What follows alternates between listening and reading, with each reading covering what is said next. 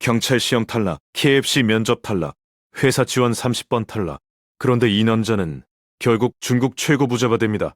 도대체 어떻게 가능했을까요? 1964년 중국 저장성 항저우의 허름한 골목길에 한 아이가 서 있습니다. 낡은 벽돌담 사이로 불어오는 바람은 차갑고 아이의 옷은 여기저기 기운 자국이 남아 있습니다. 이 아이의 이름은 마윈이고 훗날 중국 전체를 뒤흔들 거대한 폭풍의 시작점이 될 줄은 이 세상 그 누구도 몰랐습니다.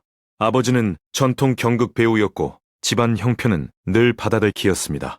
동네 아이들은 그를 못난이 윈이라 불렀고 시험이라는 시험은 번번이 낙방의 연속이었습니다.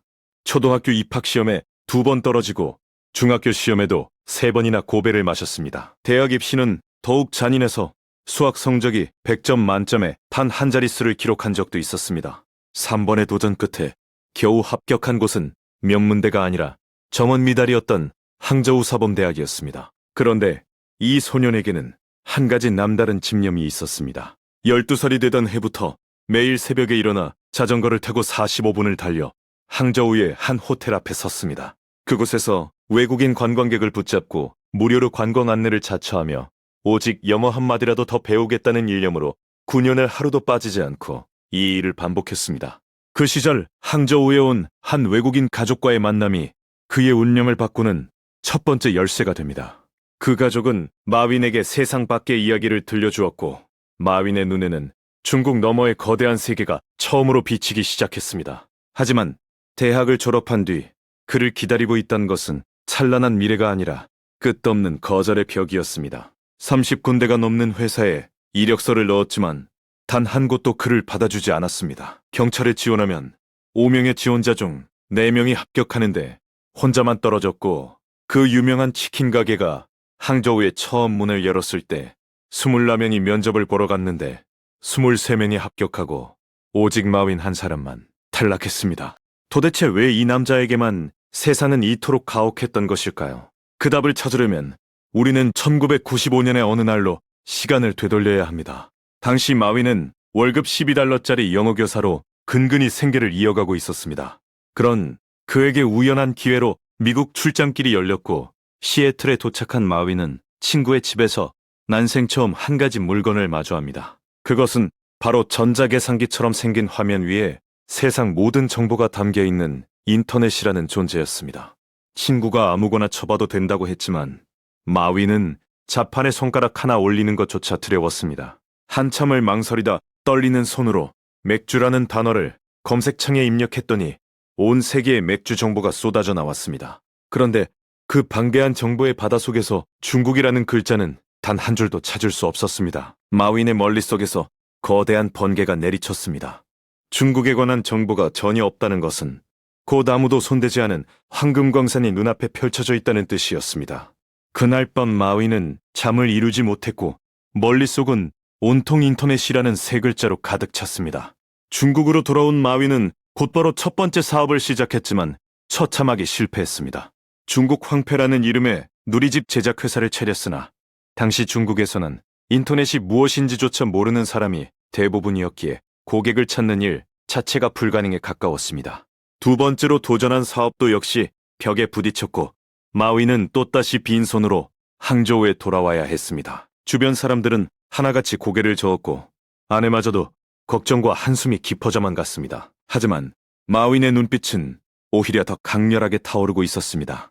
실패를 거듭할수록 그의 확신은 단단해졌고 인터넷이 중국의 미래를 바꿀 것이라는 믿음은 바위처럼 흔들리지 않았습니다. 1999년 어느 겨울밤 마윈은 자신의 좁은 공동주택에 17명의 동료를 불러 모았습니다. 20평 남짓한 방 안에서 그는 칠판 하나를 세워놓고 2시간이 넘도록 열변을 토했습니다. 그 연설의 핵심은 단 하나였고 우리가 세상에서 가장 위대한 전자상거래 기업을 만들 것이라는 선언이었습니다. 그날 모인 18명이 힘을 합쳐 50만 위안이라는 돈을 모았는데 이것은 당시 한국 돈으로 약 8,700만 원 정도에 불과했습니다. 회사 이름을 정하기 위해 마윈은 길거리로 나가 지나가는 사람들에게 이 이름을 아느냐고 물었고 미국인이든 인도인이든 누구나 알고 있는 단어 하나를 찾아냈습니다. 열려라 참깨라는 주문과 함께 보물동굴의 문을 여는 바로 그 이야기 속 주인공의 이름이 알리바바였습니다. 이렇게 탄생한 알리바바는 초기에 눈물겹도록 힘든 시간을 보냈습니다. 사무실이라고는 그 좁은 공동주택이 전부였고 직원들은 바닥에 이불을 깔고 잠을 자며 하루 10여 시간씩 일했습니다. 투자자를 찾아 수십 곳의 문을 두드렸지만 돌아오는 것은 냉소와 거절뿐이었습니다. 실리콘밸리의 투자자 47명을 만났으나 단 한 명도 지갑을 열지 않았습니다. 누가 봐도 미친 소리로 들렸을 것이고 인터넷도 모르는 나라에서 전자상거래를 하겠다는 말에 고개를 끄덕일 사람은 이 지구상에 거의 없었습니다. 그런데 기적 같은 일이 벌어졌습니다. 일본의 한 사업가가 마윈의 눈빛에서 무언가를 읽어냈고 그 사람의 이름은 손정이었습니다. 손정이는 마윈을 만나자마자 단 6분 만에 투자를 결정했다는 전설적인 이야기가 전해집니다. 처음에 4천만 달러를 투자하겠다고 제안했지만 마윈은 놀랍게도 그 금액을 거절했습니다. 그렇게 많은 돈은 필요 없으니 2천만 달러만 달라고 했고 이 결정은 훗날 알리바바의 지분 구조를 지키는 결정적인 한 수가 되었습니다. 손정희의 투자를 시작으로 알리바바는 숨통이 트였고 중국 중소기업들의 수출 창구 역할을 하며 빠르게 성장하기 시작했습니다. 2003년에는 타오바오라는 소비자 간 거래 장터를 열었고 당시 중국 시장을 장악하고 있던 거대한 미국 기업과 정면 승부를 벌여 단 2년 만에 승리를 거머쥐었습니다. 마윈은 이 전쟁에서 무료 전략이라는 파격적인 무기를 꺼내들었고 상대방이 수수료를 받을 때 타오바오는 한 푼도 받지 않겠다고 선언하여 판매자들의 마음을 사로잡았습니다. 그 뒤를 이어 알리페이라는 간편 결제 서비스를 탄생시켰고 이것은 중국인들의 지갑을 완전히 바꿔놓은 혁명의 시작이었습니다. 2014년 9월 뉴욕 증권거래소에 거대한 전광판에 알리바바라는 네 글자가 떠올랐습니다. 그날 알리바바는 217억 달러라는 인류 역사상 최대 규모의 기업 공개를 이루어냈고 전 세계 금융계가 경악했습니다. 항저우의 좁은 공동주택에서 시작된 꿈이 15해 만에 지구상에서 가장 거대한 무대에 올라선 순간이었습니다. 마윈은 그날 단상에 올라 카메라 앞에 섰고 그의 얼굴에는 치킨집에서 홀로 떨어지던 그 청년의 그림자가 어른거리고 있었습니다.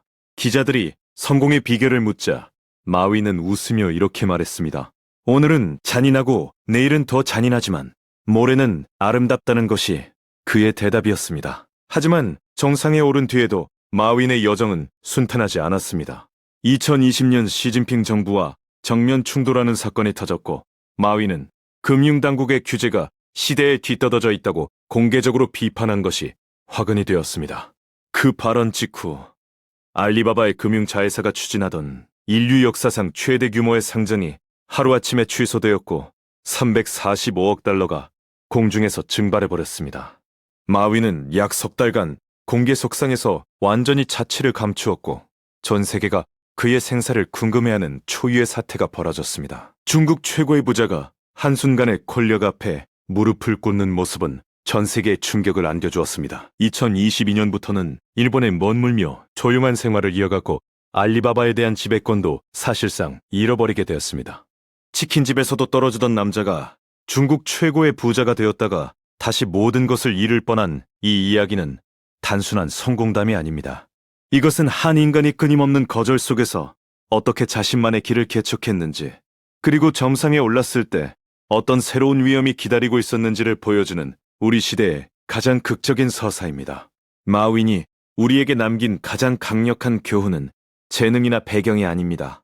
30번 넘게 거절당하고도 31번째 문을 두드릴 수 있는 그 집요한 용기가 진짜 무기였습니다. 경찰 시험에서 5명 중 혼자 떨어지고 치킨집에서 24명 중 혼자 탈락했을 때 보통 사람이라면 자신을 포기했을 것입니다.